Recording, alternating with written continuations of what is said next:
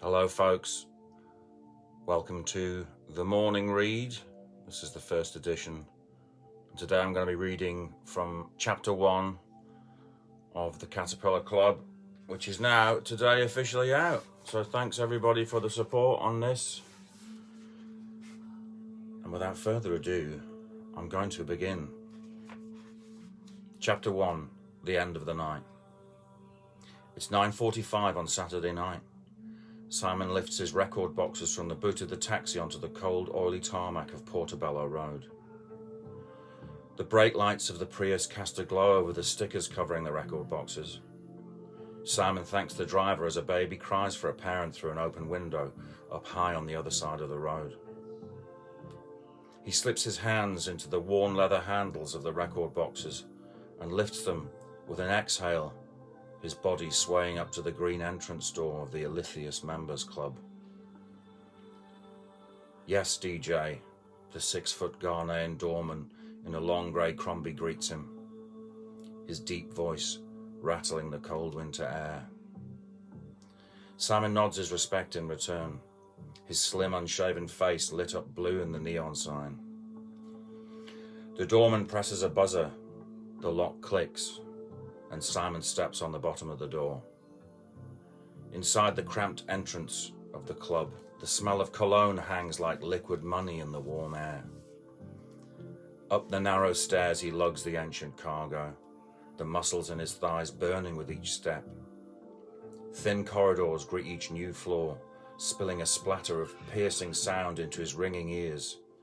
The chink of glass on glass, the false guffaws of high society conversation, and the hurried orders of the staff firing fast in Romanian, Polish and Italian. He stops to catch his breath in an empty alcove and texts his wife, Sonia, to let her know he's arrived at the venue. Simon has to climb 3 flights of stairs to get to the library room at the top of the building. A teak bar finished with polished brass has a DJ booth fashioned from an oak table with ornately carved legs. The library room is lit low and fitted with old leather furniture, refurbished at great expense, polished up and positioned in its dark recesses. Shapely lights finished with bronze and golden tassels are attached to the walls at head height. The library bookcase is filled with a dead DJ's record collection. No one remembers his name. Any personal information has been lost with the turnover of staff. The brother of someone who put cash into the Ministry of Sound was as far as Simon got after asking one of the staff. Simon situates himself behind the decks and readies to settle into his rhythm. He starts by fixing the mess left by the DJ who played last night. The EQs are boosted to the limit and the master volume twisted round as far as it will go. A member's birthday party was held in the library room earlier in the evening, and a live lobster is sitting on ice in a bucket next to the bookcase, with its mandibles foaming. Behind the creature, the JB's album, Food for Thought, is hanging out of the vinyl collection. "What's going on over there then?" Simon asks his favourite member of staff, Patrick, who is dressed in suit pants and a waistcoat. "I don't know. They didn't want the lobster," Patrick answers in his heavy Polish accent. "What a waste," Simon tuts, before peeling off a faded burgundy jumper to reveal his black short-sleeved work shirt. It's still damp from the climb up the stairs. She's still alive, and she's buried. "Buried?" The barman raises his brow. "Eggs, Patrick. She's curling her tail like that to protect her eggs." Simon shapes his fingers into a curl. "Don't worry, they'll move it before they let the customers up." Patrick continues to shine the glassware piled up next to the DJ equipment. "I don't care about the customers, Patrick. If we were closer to the sea, I'd run and let her go," Simon says, pointing to where he imagines the Thames meets the North Sea. The members are slowly arriving, dressed at great expense. The first 3 hours of the job are easy. Everyone talks in the downstairs bar out of sight. Simon plays his own demos mixed with songs he wants to hear until around 1 a.m. when the manager comes thundering out of the darkness in his black work shirt like a clockwork Mussolini. "They want a party downstairs," he shouts with his arms flailing. "If you give me a monitor screen so I can see the people downstairs, then I'll have something to feed off. It's a hard job without them." Simon mirrors the manager's emotion with an exaggerated shrug of his own. "No CCTV, just DJ like it's a party. What's your name again?" The manager shouts over the music while taking stock of the DJ's silver side-parted hair. "Simon. Just do it, Simon. Party and come on." The manager disappears back into the hallway's darkness, and Simon is left staring at the vacuum beyond the ice blue lights of the mixer. Reluctantly, he turns his body and takes his fingers to the back of his record box where the wedding vinyl is quarantined. Playing pop music to an empty room can damage the psyche. Simon pours a little of the cheap house red into a glass and takes a mouthful, sucking the air of the empty library room over his tongue. Simon picks the chirpy darkness of Michael Jackson from a worn sleeve. He slips the vinyl onto the record deck, drops the stylus into the space between tracks, and finds the kick drum with the headphones. He blends the cross rhythms with the vari-speed control, flicking and pulling the platter with his fingers. Simon's audio stealth coaxes Michael into the air around the shelves, and the fullness of two records playing simultaneously is absorbed into the record collection of the dead man. A gaggle of middle-aged ladies are the first to enter the room. "Rhiannon," comes the first shouted request in a strong Northern Irish accent. "Rhiannon," a tall blonde at the back shouts, her teeth partly obscured by a smear of dark red lipstick. "Despacito," pops from a glum face, almost as low as the glow from the deck's needle light. "Something good," somebody says as Simon turns his back to pick the next record.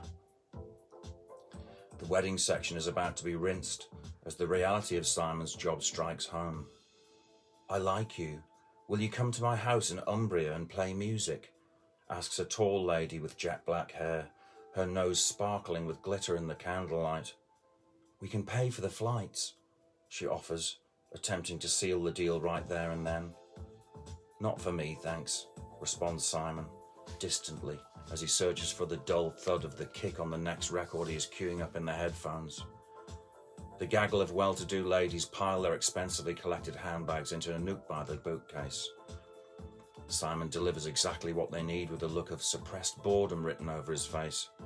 The ladies' batteries start to fade as the men arrive. Occasionally they ask Simon to make them drinks, and he responds with a look of confusion, while pointing at the black Technics record decks in front of him at waist height. It's 1:30 a.m, and the room is darker than candlelight. A short and stocky male is in Simon's face offering opinions from rasping pink lips, slippery wet with London dry gin. "This music is awful," he shouts at him over the bar. "What did you say?" Simon's ears ring too much to pick out his posh voice over the music. "This crap, what is it?" the posh voice bellows. "May I ask you what you do?" Simon offers a fake smile. "Me? Well, I'm a fund manager," the banker pronounces proudly. "If I come to your place of work and called your choices awful, how would you react?" Simon raises his voice so the man can hear. "I'd say I wouldn't like it," the banker replies sheepishly. "Please, if you could just sit down and behave yourself, sir." Simon points towards one of the empty alcoves at the back of the library bar.